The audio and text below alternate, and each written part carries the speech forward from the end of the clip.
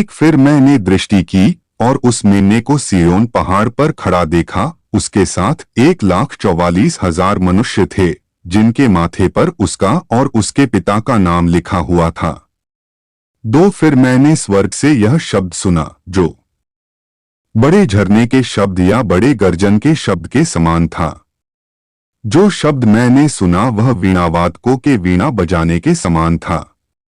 तीन वे 1,44,000 जन सिंहासन के सामने खड़े थे और चारों जीवित प्राणी और नेताओं ने एक नया गीत गाया, जिसे केवल वे ही सीख सकते थे।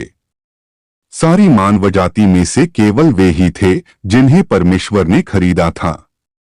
चार वे ही थे जो अपने आप को शुद्ध रखते थे, क्योंकि उन्होंने स्त्रियों के साथ संभोग नहीं किया था। वे इसका अनुसरण करते हैं, मेम्ना जहां कहीं भी जाता है। सभी मनुष्यों में से उन्हें खरीदा गया था और वे सबसे पहले परमेश्वर और मेम्ने को चढ़ाए गए थे। 5 उन्होंने कभी झूठ नहीं बोलाया, कुछ भी गलत नहीं किया।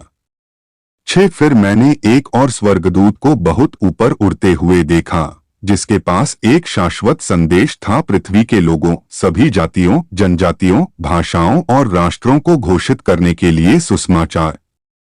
7 उसने ऊंचे शब्द से कहा, परमेश्वर से डरो और उसकी महिमा का गुणगान करो, क्योंकि परमेश्वर के लिए मनुष्य जाति का न्याय करने का समय आ पहुंचा है।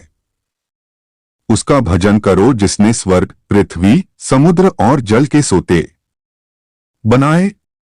8 एक दूसरा स्वर्गदूत पहले के पीछे चला और कहने लगा, वह गिर गया है, महान बेबीलोन गिर गया है। उसने सभी लोगों को अपनी शराब, अपनी भयानक अनैतिकता की मजबूत शराब पिलाकर मतवाला बना दिया।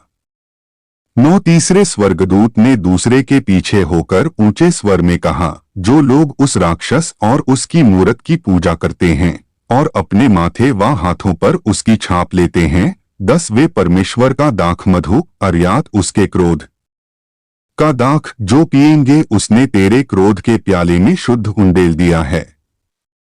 उन्हें पवित्र स्वर्गदूतों और मेम्ने के सामने आग और गंधक में पीड़ा दी जाएगी। 11 उस आग का धुआं जो उन्हें सताता है, सर्वदा उठता रहता है। वहां दिन हो या रात उन लोगों को कोई राहत नहीं है जो राक्षस और उसकी छवि की पूजा करते हैं, नहीं उन लोगों के लिए जिनके पास उसके नाम का चिन्ह है। 12 इसके लिए आवश्यक है कि परमेश्वर के लोग धैर्यपूर्वक कष्ट सहें। ये लोग वे हैं जो परमेश्वर की आज्ञाओं का पालन करते हैं और यीशु के प्रति वफादार हैं। 13 फिर मैंने स्वर्ग से एक वाणी सुनी जो कह रही थी, यह लिख कि अब से वे लोग जो यहोवा की सेवा में मरेंगे धन्य हैं। हाँ, ये तो है। भगवान की आत्मा जवाब देती है, वे अपनी कड़ी मेहनत से आराम करेंगे, क्योंकि वे अपनी सेवाओं का परिणाम अपने साथ ले जाएंगे। 14 फिर मैंने दृष्टि की और एक श्वेत बादल को देखा, जिस पर मनुष्य का सा एक मनुष्य बैठा हुआ था और उसके सिर पर सोने का मुकुट और हाथ में चोखा हंसिया था। 15 फिर एक और स्वर्गदूत ने मंदिर में से निकलकर जो बादल पर बैठा था उससे बड़े ऊंचे शब्द से चिल्लाकर कहा, अपना हंसिया चलाकर फसल काट, क्योंकि फसल काटने का समय आ गया है। भूमि फसल के लिए तैयार है। 16 तब जो बादल पर बैठा था उसने अपना हंसुआ पृथ्वी पर घुमाया और फसल काट ली। 17 फिर एक और स्वर्गदूत स्वर्ग के मंदिर में से निकला और उसके पास भी चोखा हंसुआ था। 18 तब एक और स्वर्गदूत जो आग का अधिकारी था वेदी से चला गया। उसने तेज आवाज वाले स्वर्गदूत से चिल्लाकर कहा, हंसिया का उपयोग करो और पृथ्वी की बेल से अंगूर के गुच्छों को काट दो, क्योंकि अंगूर पक गए हैं।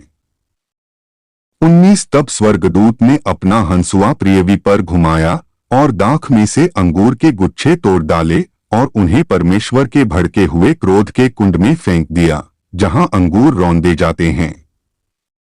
20 नगर के बाहर के कुंड में अंगूर रौंदे गए और उस कुंड से खून की नदी 200 मील लंबी और 4 हाथ गहरी थी।